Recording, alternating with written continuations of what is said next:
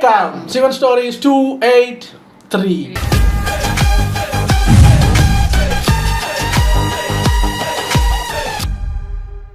சரி வாங்க, நேற்று ஒருத்தர் கமெண்ட்ல சொல்லியிருந்தாரு சிவன் ஸ்டோரிஸ்ல 293 294 தெரியல, அது வரைக்கும் இந்த ஃபிளாஷ்பேக் தான் ஓடும். அதுக்கப்புறம் வந்து நம்ம நகுஸோட கதை ஓடும். ஏன்னா நகுஸ் தான் வந்து இந்திரனோட புது பதவிக்கு அவர் தான் வர்றாரு போல. ஸோ நகுஸ் வந்து அந்த இந்திரனோட பதவிக்கு வர்ற, அந்த இந்திரலோகத்துல பதவிக்கு வர்ற அந்த கதை ஓடும். இன்னொரு 10 எபிசோடு, ஒரு 10 நாளைக்கு இதை வச்சு தான் ஓட்டுவாங்க அப்படின்னு அவர் முன்னாடியே வந்து சொல்லிட்டாரு. அப்போ ஒரு அளவுக்கு பரவாயில்ல, தெரிஞ்சு போச்சு 10 எபிசோடு பார்த்து தான் ஆகணும்னு. 10 எபிசோட வாங்க ரகசியம் சொல்லுவீங்க, அவ்வளோ பெரிய ரகசியம் சொல்லி வச்சிருக்காங்க. அதுதான். சரி வாங்க, இது ஒரு 13 மினிட்ஸ் வீடியோ இருந்தாலும் டக்குன்னு பார்த்துட்டு போன பாட்டுல சதிதேவியோட அக்காங்க எல்லையை தாண்டி போக கூடாதுன்னு சொன்னாங்க. அதுக்கப்புறம் அங்கீரா ரிஷி யாகத்தை நடத்துறதுக்கு ஆவுதி கொடுக்கறதுக்காக சதிதேவி வேணும் அப்படின்னு ரொம்ப கம்பல் பண்ணி கேட்டுக்கிட்டதுனாலையும், சுத்தி இருந்த சப்தரிசிகள் வேற நீங்க அனுப்பித்தான் ஆகணும் அப்படின்னு சொன்னதுனாலையும் வேற வழி இல்லாம சரி அனுப்பலான்ற முடிவுக்கு வந்திருக்கிறேன். அக்கா மருக கிட்ட எல்லையை தாண்டி போலாம், அங்கீரா ரிஷி கூட போகலாம் அப்படின்னு அப்பா சொல்லிருப்பாப்ல. அக்காகெல்லாம் ஓடியாந்து சதிதேவி கிட்ட இந்த மாதிரி நீ எல்லை தாண்டி போக போற அப்படின்னு சொல்ல சதிதேவிக்கு அம்புட்டு சந்தோஷம். ஆனா காரணம் அங்கீரா ரிஷி கூட்டு போறதுனால தான், வேற வழி இல்லாம தான் அவரை அரண்மனையை விட்டு வெளியில போறதுக்கு அனுமதி அப்படிங்கிற அந்த உண்மை தெரியாம, என்னடா இது ஒரு அதிசயம், அப்பா அவ்வளவு ஈஸியா ஒத்துக்க மாட்டாரு, எப்படியா ஒத்துக்கிட்டாரு நம்மள வெளியில வர்றதுக்கு அப்படின்னு அவங்க ஆச்சரியப்படுறாங்க. அதுவும் வடக்கு திசையை நோக்கி போறதா அப்படின்னு ரொம்ப சந்தோஷப்படுறாங்க. ஒரு பக்கம் அப்பா எப்படி சம்மதித்தார் அப்படிங்கிற சந்தேகம் இருந்தாலும், அவங்க அக்காங்க கிட்ட ரொம்ப எக்ஸைட்மெண்டோட இதுவரை வடக்கு திசையில அப்படி என்னதான் இருக்கும்னு சொல்லிட்டு கற்பனையில கண்டதை நான் நிஜத்துல பார்க்க போறேன், புது புது ஆட்களை மீட் பண்ண போறேன்னு சொல்லிட்டு இருக்கும்போது அந்த இடத்துக்கு அவங்க அப்பா தட்சனும் அம்மா பிரசுதியும் வந்ததும் சைலண்ட் ஆயிடுறாங்க. ஆனா தட்சனும் முறைச்சுக்கிட்டே வந்து தமிழ் படங்கள்ல இந்த சாங்குக்கு டான்ஸ் ஆடக்கூடிய லெவலுக்கு ஃப்ரெண்ட்லியான அப்பா இருப்பாங்க பாத்தீங்களா, அப்பா கேரக்டர்ஸ், அந்த கேரக்டர் மாதிரி பயங்கரமா சிரிச்சு சிரிச்சு பேசுறாரு. புது அனுபவம் கிடைக்கும், புது ஞானம் கிடைக்கும், நீ தாராளமா போலாம் அப்படிங்கிறாரு. இன்னும் சந்தோஷம் கூடுது சதிதேவிக்கு. அப்புறம் அப்பங்காரன் தச்சன் சதிதேவியை பார்த்து, என்னோட ரொம்ப ஃபேவரட்டான பொண்ணுமானி, என்னோட மானம் கௌரவம் எல்லாம் உங்ககிட்ட தான் இருக்கு, உங்க அப்பனை தலகுனிய வைக்கிற மாதிரி எதுவும் பண்ணிடாதுன்னு சொல்ல சதிதேவியும் அவங்க அப்பாவுக்கு சத்தியமே பண்ணி கொடுக்குறாங்க. அவங்க கௌரவத்துக்கு எந்த கலங்கமும் கொண்டு வர மாட்டேன் அப்படின்னு பொண்ணு சத்தியம் பண்ணி கொடுத்த அடுத்த கணம் தச்சன் சதிக்கு ஆசீர்வாதம் பண்றாரு. நல்லபடியா போயிட்டு வாங்க. அங்க கட் பண்ணா நம்ம சிவனை காட்டுறாங்க. அவரு தாடி தான் யார் அப்படிங்கறதையே மறந்து சுத்தி திரியிற மாதிரி ஒரு பைத்திய மாதிரி இருக்கிறாரு. ரொம்ப அழுக்கா ஆத்தங்கர பக்கம் குப்புறப்படுத்து தூங்கிட்டு இருக்கிறாரு. இன்னொரு பக்கம் சதிதேவியோ பயங்கரமான பலத்த பாதுகாப்போட வடக்கு திசையை நோக்கி போய்கிட்டு இருக்காங்க. பல்லக்குல அவங்க அக்காங்க கூட பேசிக்கிட்டு இருக்கிறது போர் அடிச்சு போய் கொஞ்சமா தலைய வெளியில நீட்டி இயற்கை காட்சிகளை ரசிச்சுட்டே வர மந்திரியாரோடனே, இளவரசி இப்படி எல்லாம் நீங்க முகத்தை வெளியில கட்டக்கூடாது, யாருக்கும் பல்லக்குல நீங்க தான் வரீங்கிற மேட்டர் தெரியக்கூடாதுன்னு சொன்னதும் யாருமே இல்லையே, தலையை கொண்டு போய் இனி வெளியில நீட்ட மாட்டேங்கிற மாதிரி உள்ள வச்சுக்கிறாங்க. இதுக்கு பேரு தான் பொத்தி பொத்தி வளர்க்கறதோ. காண்டு இருக்கிற நம்ம சதிதேவி அவங்க அக்கா கிட்ட இந்த மாதிரி பூமர் மந்திரிகள் எல்லாம் எதுக்கு தான் நம்ம அப்பா கூடயே வேலைக்கு வச்சிருக்காரோ, இல்ல நம்ம கூட இப்படி அனுப்பி வைக்கிறாரோ, இப்படி நானும் மூடப்பட்ட பல்லக்குள்ள உட்கார்ந்து வர்றதுக்கு பேசாம அரண்மனையிலேயே இருந்திருப்பேன் அப்படின்னு கடுப்புல புலம்பிட்டு இருக்காங்க. அந்த நேரம் மந்திரி மகோதயன் எல்லாரையும் ஸ்டாப் பண்ண சொல்லிவிட்டு இறங்கி என்னத்தையோ தேடிக்கிட்டு இருக்க சதிதேவியும் அவங்க அக்காங்களும் பல்லக்குல இருந்து வெளியில வந்து மந்திரி கிட்ட என்னாச்சுன்னு விசாரிக்க, அவரு கிணத்த காணுங்கிற மாதிரி இங்கிட்ட இருந்த பாதையவே காணும் அப்படிங்கிறாரு. அக்காங்கெல்லாம் மேபி இங்க பயங்கரமான சூறாவளியோ இல்ல இயற்கை சீற்றமோ நடந்திருக்கலாம், அதனாலதான் பாதை காணாம போயிருக்கும், பாதையை மூடி இருக்கலாம் அப்படிங்கிற மாதிரி எல்லாம் பேசிட்டு இருக்காங்க. பேசாம நாம திரும்பி வீட்டுக்கே போறதுதான் நல்லதுங்கிற மாதிரி சொல்றாங்க. நம்ம மந்திரியும் ஆமா எனக்கும் அதுதான் சரியாப்படுதுன்னு சொல்ல, சதிதேவியோ அதெல்லாம் திரும்பி போக கூடாது, அப்பா அங்கீரா ரிஷிக்கு வாக்கு கொடுத்திருக்காரு, அதை நிறைவேற்ற நான் அவர் நடத்துற அந்த யாகத்துல கலந்துகிட்டே ஆகணும், சோ நாம முன்னேறி போய்தான் ஆகணும்னு அடிச்சு சொல்லி, வேற ஏதாவது வழி இருக்குமா, நாம ஏன் அந்த காட்டு வெளியில போக கூடாதுன்னு சொல்ல, மந்திரி அங்கிளோ பாதுகாப்பு படி பார்த்தா இந்த காட்டு வெளியில போறது நல்லது இல்லைன்னு எடுத்து சொல்றாரு. ஆனா சதிதேவியோ நீங்க வரலனா என்ன, நான் தனியாவே போய்க்கிறேன்னு சொல்ல, மந்திரி அங்கிள் அட இருமா நான் வரமா, ஆனா ஒரு கண்டிஷன், இன்னைக்கு ராத்திரி இங்கிட்டு ஒரு ஹால்ட்ட போட்டுட்டு தங்கிட்டு காலையில விடிஞ்சதும் காட்டு வெளியில வேணா போலாம், பகல்ல கொஞ்சம் பாதுகாப்பாக இருக்கும், சம்மதமா, உங்களுக்கு சம்மதம்னா தான் அப்புறம் நான் வீரர்கிட்ட இதை பத்தி பேசி கலந்து ஆலோசிக்கணும்னு சொல்றாரு. கூட இருக்கிற அக்காங்களும் மந்திரி அங்கிள் சொல்றது சரிதான்னு சொல்ல சதிதேவியும் ஓகேன்னு சொல்லிட்டாங்க. அப்படியே இருட்டவும் செய்து அங்கேயே கூடாரம் எல்லாம் அமைச்சு ராத்திரிக்கு தங்கியாச்சு. சதிதேவி அவங்க அக்கா கிட்ட நீ சொன்னது சரிதான்க்கா, இங்க ஏதோ பயங்கர சூறாவளி வந்திருக்கும் போல, ஏற்கனவே அன்னைக்கு ஒரு நாள் நாம கேட்ட அந்த பயங்கரமான சத்தத்துக்கான காரணம் இதுவாகத்தான் இருக்கணும்னு சொல்ல, சதியோட அக்காங்க அதிதி ஆமா ஒரு சூறாவளி வந்துருச்சு, இன்னொரு சூறாவளியும் வரப்போகுதுன்னு சொல்ல, திதிதேவி என்னக்கா சொல்றேன்னு கேட்க, அதிதியோ இந்த காட்டு வழி பாதையில போறது மட்டும் நம்ம அப்பாவுக்கு தெரிஞ்சா பெரிய பஞ்சாயத்து ஆயிடும், அவர் ரொம்ப கோவப்படுவாருன்னு சொல்ல, திதிதேவியோ அப்பா இதுக்கு முன்னாடி சதி மேல கோவப்பட்டதே இல்லையே, அப்புறத்துக்கு பயப்படணும் அப்படின்னு கேட்டா உண்மைதான், சதி மேல அவர் பொதுவா கோவப்பட மாட்டாரு. ஆனா சதியோட பாதுகாப்பு சம்பந்தமான பிரச்சனையா இருந்தா, அவரோட கட்டளையை மீறின மாதிரி ஏதாவது நடக்கிறதா இருந்தா மனுஷன் கோவத்தை யாராலையும் கட்டுப்படுத்த முடியாது, புயல் வந்துரும் பாத்துக்கங்கன்னு சொல்ல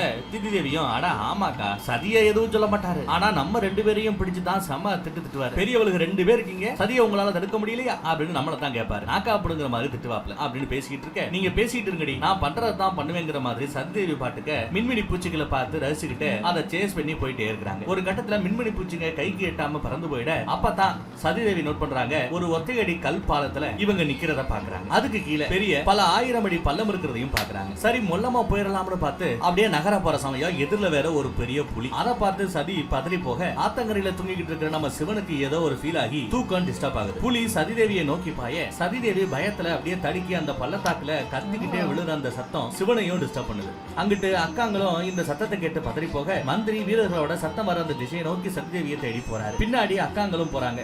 இங்கிட்டு சதிதேவி அலறிக்கிட்ட கீழே விழுந்துட்டு இருக்க திடீர்னு வந்து ஒரு கை அவங்களை அப்படியே தாங்கி பிடிக்குது. அட யாருன்னு பார்த்தா சாட்சாத் நம்ம சிவனே தான். சதிதேவியை கேட்ச் பண்ணிட்டு கூடவே அவரும் டிராவல் பண்றாரு. இந்த ரணகலத்திலையும் 2 பேரும் ரொமான்டிக்கா பாத்துக்கிட்டே டிராவல் பண்ணி போயிட்டு இருக்காங்க. சதிதேவி ஒரு கட்டத்துல பயத்துல மயங்கிற சிவன் சதிதேவியை கையில தாங்கிக்கிட்டே பாத்துட்டே இருக்கிற தரையில லேண்டான பிறகும் சதிதேவியை கையில ஏந்தியபடியே அவங்களை அப்படியே பாசமா காதல இறக்கி விடுங்க கீழே தரையில வச்சு அவங்க முகத்துல கையால சதியோட முகத்தை அப்படியே கையால தொடலாம்னு நினைக்கிறாரு. ஆனா அதுக்குள்ள சதிதேவி மயக்கத்துல இருந்து கொஞ்சம் வெளியில வர மாதிரி தெரியுது. அவரு அவங்கள தொட்டு பார்க்காமயே பார்வையாலேயே அவங்கள தொட்டுட்டு பின்னாடியே நடந்து போய் அப்படியே போயிடுறாரு. எங்கேயா நம்மால சதிய படுக்க வச்சிருக்காரு அப்படின்னு பார்த்தா கூடாரத்துக்கு வெளியில தான் படுக்க வச்சுட்டு போயிருக்காரு. சதிதேவிய மயக்க நிலையில கூடாரத்துக்கு வெளியில பார்த்ததும் அக்காங்க 2 பேரும் பதறி போய் ஓடி வந்து சதிதேவிய உலுக்கி எழுப்புறாங்க. சதிதேவியும் கொஞ்சம் நேரத்துல கண்ணை முழிச்சு சைடுல பார்க்க சிவன் ஸ்லோ மோஷன்ல நடந்து போறத சிரிச்சுக்கிட்டே பார்த்துட்டு மறுபடியும் மயங்கிடுறாங்க. அக்காங்க எம்பூசி ட்ரை பண்ணியும் பூசு போக முடியல. சோ சதியை கொண்டு போய் பெட்ல படுக்க போட்டுட்டு பக்கத்திலே உட்கார்ந்து நம்ம சதிக்கு என்னாச்சு அப்படின்னு திதிதேவி புலம்ப அதிதி நடு காட்டுக்குள்ள டென்ட் தானடா அடிச்சிருக்கீங்க, உள்ள என்னடா பெரிய பெட்ரூம் எல்லாம் இருக்கு, இதெல்லாம் தூக்கிட்டவடா வந்தீங்க, காட்டு வழி பாதை ரொம்ப கஷ்டமான பாதை, நீங்க இப்படி போனா யாரு வேணாலும் போலாம, பெட்டு இதெல்லாம் போட்டு ஜன்னல்லாம் வச்சிருக்காங்க பாருங்க டென்ட்டுக்கு. ஆஹா தேவியோ சதிக்கு உடம்பு நெருப்பா கொதிக்குதுன்னு பதறி போய் ஃபீல் பண்றாங்க. இன்னொரு பக்கம் நம்ம சிவன் இதையெல்லாம் உணர்ந்து வேக வேகமா எங்கேயோ போறாரு. அப்புறம் திடீர்னு வேகமா ஓடுறாரு. இந்த பக்கம் அக்காங்க 2 பேரும் சதிதேவிக்கு பச்சளைய வச்சு வைத்தியம் பார்த்துக்கிட்டு இருக்க சிவன் வேக வேகமா எங்கேயோ ஓடுறாரு. ஒரு பக்கம் வைத்தியத்தையும் இன்னொரு பக்கம் சிவன் வேகமா ஓடி வந்து ஒரு மலையோட முகட்டுல நின்னு சதிதேவியை கீழே விழுந்தப்ப இவர் ஏர்ல டிராவல் பண்ணி காப்பாத்தினதையும் அப்புறம் சதிதேவியை தூக்கிட்டு நடந்ததையும் நினைச்சு பாக்குறாரு. அடுத்து அவரோட நெத்தியை தொட்டு பார்க்க இந்த பக்கம் சதிதேவியை காட்டுறாங்க. நம்ம சிவனால அவரோட நெத்தியில சதிதேவியோட காய்ச்சலை ஃபீல் பண்ண முடியுது. அதனால நம்ம சிவன் கீழே இருக்கிற பனிக்கட்டிகளை துகள்களாக மாத்தி தன்னோட நெத்திலையும் கைகளையும் பூசிக்க அங்க சதிதேவிக்கு உடம்புல இருக்கிற அந்த சூடெல்லாம் அப்படியே குறைஞ்சு போய் அவங்களுக்கு கியூராக குணமாக ஆரம்பிக்குது. அவங்க அக்கா திதி கிட்ட பாத்தியா சதிதேவியோட உடம்பு நெருப்பு மாதிரி கொதிச்சது இல்லையா, இப்ப அந்த வெப்பமெல்லாம் குறைஞ்சிருச்சுன்னு சொல்ல திதிதேவிக்கு ஒன்றும் புரியல. என்ன திடீர்னு காய்ச்சல் ஏறுது, அடுத்த கண காய்ச்சல் குறையுது அப்படின்னு முழிக்கிறாங்க. சதிதேவியும் கண்ணை முழிக்கிறாங்க. அக்காங்க 2 பேருக்கும் அம்புட்டு சந்தோஷம், ஒரு வழியா சதி முடிச்சுட்டாரு அப்படின்ட்டு சிவனோட கோபமும் குறைஞ்சு அவரும் பல நாள் கழிச்சு அமைதி அடைகிறாரு. அடுத்த நாள் விடிய அதிதி தேவி நடந்ததை சொல்ல சதிதேவி ரொம்ப குழப்பத்திலேயே இருக்கிற மாதிரி இருக்கு. அவங்களுக்கு யாருக்கு சதிதேவிக்கு அப்படியா இவ்வளவு நடந்துச்சா அப்படிங்கிற மாதிரி குழம்புறாங்க. அதித்தியோ நான் என்னமா உங்ககிட்ட பொய்யா சொல்ல போறேன்னு சொல்ல சதிதேவியோ இல்லக்கா நான் உங்களை நம்பாம இல்ல, நேத்து ஒரு ஆண் வந்து என்ன காப்பாத்தினாரு, ரொம்ப கேரிங்கா பத்திரமா தூக்கிட்டு வந்தாருன்னு சொல்ல அதை நினைச்சு தான் குழப்பத்துல இருக்கேன் அப்படிங்கிறாங்க. திதியோ யார் அந்த ஆண்மகன் அப்படின்னு கேட்க சதியோ அவர் யாருன்னு தெரியல, ஆனா அவர் தொட்ட அந்த ஸ்பரிசம் ரொம்ப அற்புதமாக இருந்துச்சு. அவரோட ஒரு தொடுதல்னால நான் மொத்தமா இந்த ரியாலிட்டியை விட்டே காணாம போயிட்டேன்னு அவங்க பாட்டுக்கு கவிதை நடையில வர்ணிச்சுக்கிட்டு இருக்க அக்காங்க 2 பேரும் சதியை கிண்டல் பண்ண திதிதேவி என்னம்மா அந்த ஆண்மகனை லவ் பண்ண ஆரம்பிச்சிட்டியா என்ன அப்படின்னு கேட்க சதிதேவியும் அந்த ஆண்மகனை நினைச்சு பாக்குறாங்க. யாரு என்னன்னு தெரியாமையே நினைச்சு பார்க்க சிவன் எங்கேயோ நடந்து போயிட்டே இருக்கிறார். அதிதேவியோ சதி கிட்ட ஏதாவது கனவு கண்டிருப்போமா அப்படின்னு சொல்லி சமாளிக்கிறாங்க. சதிதேவியும் அதான் நானும் நினைச்சேன், ஏன்னா இம்புட்டு அழகான ஒரு ஆண்மகன் நிஜத்துல இருக்க வாய்ப்பு இல்ல, கனவுல மட்டும்தான் அந்த மாதிரியான ஒரு ஆண்மகன் ஒரு நாயகன் உதயமாவதற்கு சாத்தியம் இருக்கிறது அப்படின்னு சொல்லி சதிதேவியும் அது கனவுதான் அப்படின்னு நினைக்கிறாங்க, நம்புறாங்க. ஆக்சுவலா ஆளு பயங்கர அழுக்கா கன்றாதி ஜாலியா இருப்பாப்ல. ஆனா அது கூட நம்ம சதிக்கு அழகாக தெரிகிறது பாருங்க. இந்த பக்கம் நம்ம மந்திரி மகோதயன் அக்காங்க கிட்ட இந்த ஒட்டுமொத்த இடமும் ஃபுல் பாதுகாப்புல நம்ம கண்ட்ரோல்ல இருக்குன்னு சொல்லிக்கிட்டு இருக்க சதிதேவி ஓரமா போய் சோகமா உட்கார்ந்துட்டு இருக்காங்க. அப்ப அக்காங்க 2 பேரும் சதியோட மனசை கொஞ்சம் ரிலாக்ஸ் ஆக்க அவங்கள பாட்டு பாட சொல்றாங்க. சதிதேவியோ இல்ல என்னால இப்ப முடியாதுன்னு சொல்ல 2 பேரும் அது இதுன்னு சொல்லி வற்புறுத்தி அந்த அம்மாவை பாட சொல்றாங்க. இன்னொரு பக்கம் நம்ம சிவனும் சோகமா சூலாயுதத்தை எடுத்துக்கிட்டு கால் போன போக்குல சுத்திக்கிட்டு இருக்காரு. சதிதேவியும் அவங்க அக்காங்க கேட்டது போலயே பாட்டு பாட சிவன் அந்த குரலை கேட்டு அப்படியே அந்த மலைமுகட்டில இருந்து தூரத்துல குரல் வர அந்த திசையை பார்க்க சதிதேவியை பார்த்ததும் அவங்கள காப்பாத்துறத நினைச்சு பாக்குறாரு. அந்த காப்பாத்துற காட்சிகளை நினைச்சு பாக்குறாரு. சதிதேவியோட சங்கீதத்தை கேட்டதும் காவலாளிங்க மந்திரிகள் எல்லாம் சூழ்ந்து நின்று சதியின் இசையை ரசிக்கிறாங்க. அப்படியே கட் பண்ணா தட்சனோட அரண்மனையில பிரசித்தி தேவி போன பொண்ணுங்களை பத்தி இன்னும் தகவல் எதுவும் தெரியலையே அப்படின்னு நாராயணன் முன்னாடி வேண்டிக்கிட்டு நிக்க தட்சன் டென்ஷனோட வந்து நான் இதுக்கு தான் ஒத்துக்கல, அவளை வெளியில அனுப்புறதுக்கு இதுக்கு தான் நான் ஒத்துக்கவே மாட்டேன், அதுவும் வடக்கு திசை பக்கம் போகவே கூடாதுன்னு சொன்னேன் அப்படி இப்படின்னு சொல்லிட்டு புலம்ப ஆரம்பிச்சாரு. பிரசித்தி வந்து நம்ம வீரர்கள் போனாங்களே என்ன தகவல் கொண்டு வந்தாங்க அப்படின்னு கேட்க தட்சனோ கோவமா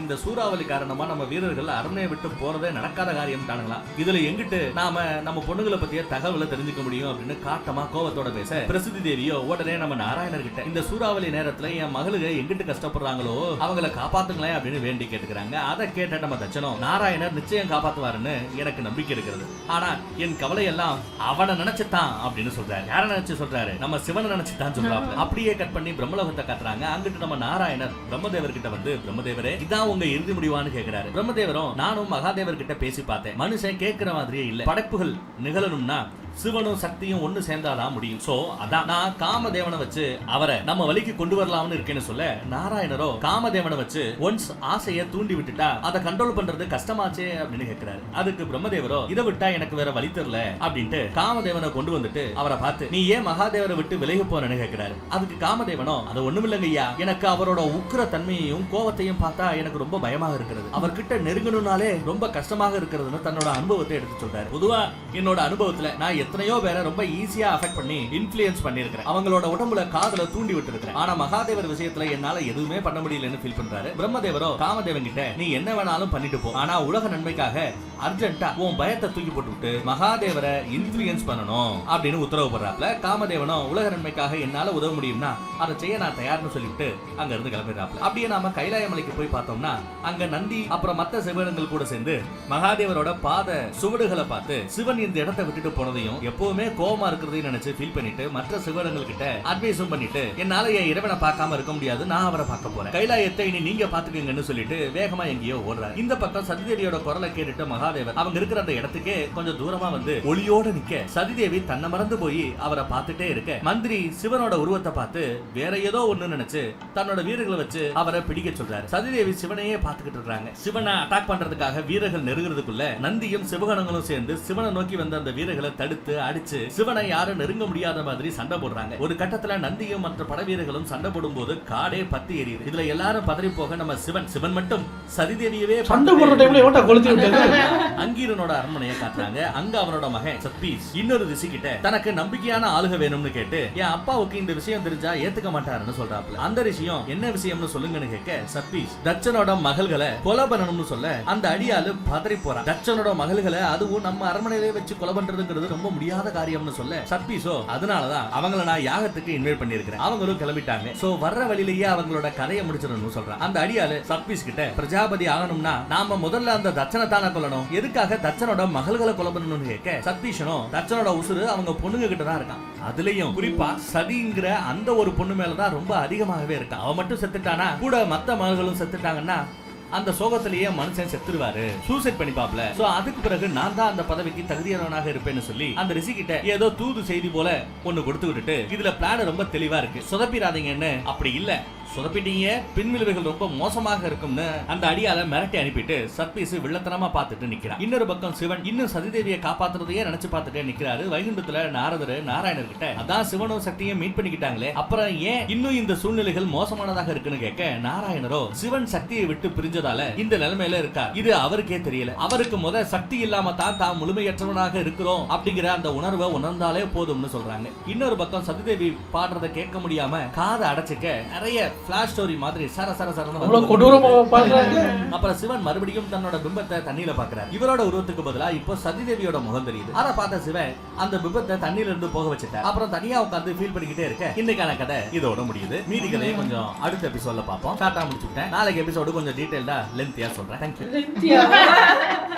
நாளைக்கு லீவ் எடுத்துட்டு நாளைக்கு வருவோம். ஐயா இன்னைக்கு சொன்ன மாதிரியே குட்டி குட்டியா சொல்லுங்க.